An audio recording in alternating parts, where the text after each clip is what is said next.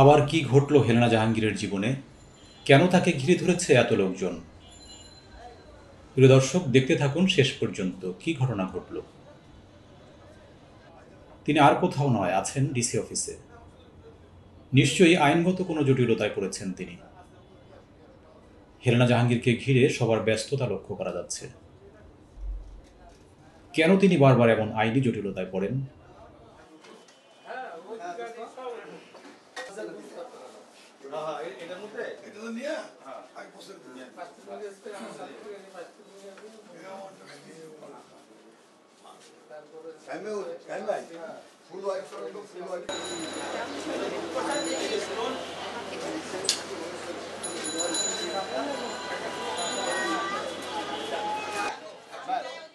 এ পর্যায়ে আপনারা দেখছেন হেলেনা জাহাঙ্গীর ডিসি অফিস থেকে বের হচ্ছেন।